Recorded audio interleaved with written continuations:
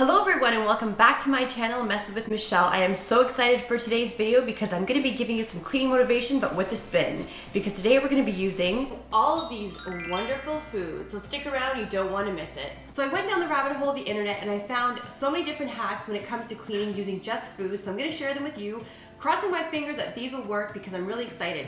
So I picked my favorites and I'm hoping that they're going to be a success. So let's jump in and get to the first hack. For hack number one, I'm cleaning my barbecue grill with an onion. That's right, you heard it. An onion is going to clean my grill, well, hopefully. So the first step is turning on your barbecue at a super high heat between 400 to 500 degrees. Take one onion, slice it in half, and just place it on a large fork. So this way you have something to hold on to while you're using your onion to clean your grills off.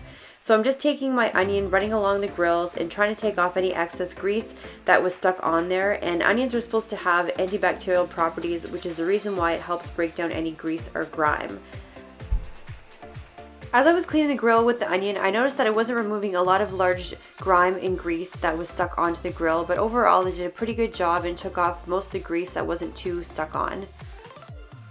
I really don't like cleaning cast iron, so I'm trying to find a solution to make it quick and easy. So I'm using a potato as well as kosher salt to help move any excess stuff at the bottom of my pan. So I'm taking some kosher salt, liberally spreading it all over my cast iron, rubbing it with the potato, and it's helping break up any food debris. So it didn't take any effort at all. It was pretty smooth sailing, and I think for just a potato and a kosher salt, it did an amazing job, and I definitely will be using this next time when I have to clean out my cast iron.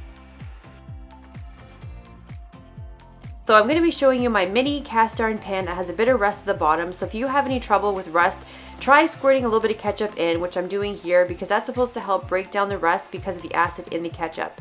So I'm just taking the ketchup, putting it in my little cast iron pan, rubbing it in, and I actually let it sit for about 30 minutes just to help break up some of that rust, and going back in again with paper towel and rubbing it out.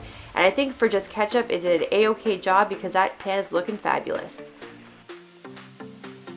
So I'm going to cut to the chase with this hack. I'm talking about cutting boards. I have cutting boards that are made out of wood and they just get dull and just look really bad. So the first hack I'm going to be using is cleaning my cutting board with lemon as well as kosher salt. So I'm just taking kosher salt and liberally spreading it on top of my cutting board and then going back in with half a lemon and rubbing it along the cutting board. I'm hoping that this is going to brighten it up as well as clean it, so this way it looks a little bit better than it did before. So you're supposed to let it sit for 5 minutes before rinsing it off in the sink just to get off any excess salt. So I'm just going in and rubbing it and trying to get as much junk off this cutting board as I can. So not too bad, not perfect, but not bad at all. So the next one I was actually really excited about because I have a wood cutting board that you can see here is dull and looks terrible. So I'm going to be using coconut oil on a microfiber cloth to help condition it and bring it back and revitalize the wood. So within seconds of just putting the coconut oil on the cutting board, it did an amazing job to make it look almost brand new, and I'm really glad I found this hack because it almost looks like a brand new cutting board after I'm finished on this one half. Not too shabby. So now I'm just going to take an intermission and eat this banana. No, there's actually a purpose behind eating this banana. One of the hacks I'm going to be trying is using a banana peel to polish my shoes. And no, as I'm telling you, don't throw those peels away because you're going to use them on your shoes. And Bobby's shoes are going to be used for this hack. And I'm going to take half of a banana peel and I'm just going to rub it onto the shoes. And this is supposed to help give it nice natural shine. And the potassium is actually found in shoe polish, so forget about the actual shoe polish you buy in the store. Just grab a banana and there you have your own personal polisher just with a banana peel. So if you struggle with really dirty grout lines like I do, I have a really light colored floor, I'll do anything to try to get those clean. So my next hack, I'm going to be using lemon as well as cream of tartar to brighten up my grout lines. And I found out that cream of tartar is actually a natural brightening and bleaching agent. So I just went ahead and put some lemon in a bowl as well as the cream of tartar, made a paste, and now I'm taking that paste and using my Rubbermaid Reveal scrubber and putting it on the grout lines. And I'm just going to take the scrubber and I'm just going to scrub the grout lines to help work in the solution that I just made.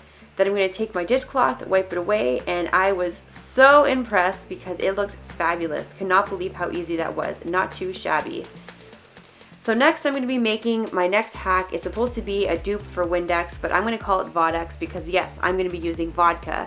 I'm going to be using vodka, water, as well as baking soda to make my solution. So I used half a cup of water, half a cup of vodka, and 1/4 teaspoon of baking soda to clean my glass mirror, and I have to tell you, it wasn't bad at all. It was streak free, and I was actually quite impressed that this was a dupe to Windex, because you would never know the difference that there's vodka in this solution.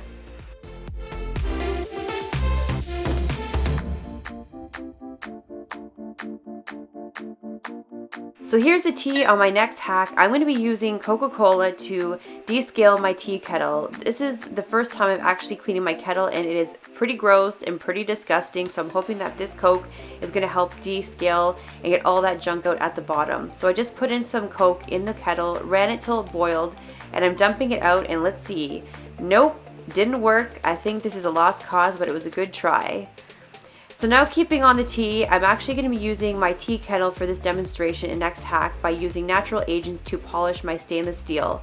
So the first side of my kettle, I'm using coconut oil on a microfiber cloth, and I'm just using circular motions to work in the coconut oil on top of the kettle and buff it out so this way it's nice and shiny.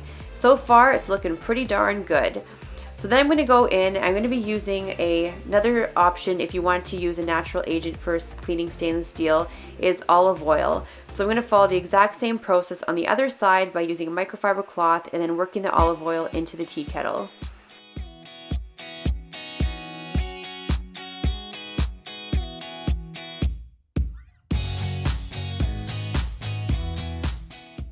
I'm actually pretty impressed with the results. Here's the side with the coconut oil, and the other side coming up in just a minute is the olive oil. And I have to tell you, if I had to choose, I think the coconut oil did a little bit better job than the olive oil, but overall both sides look fabulous now.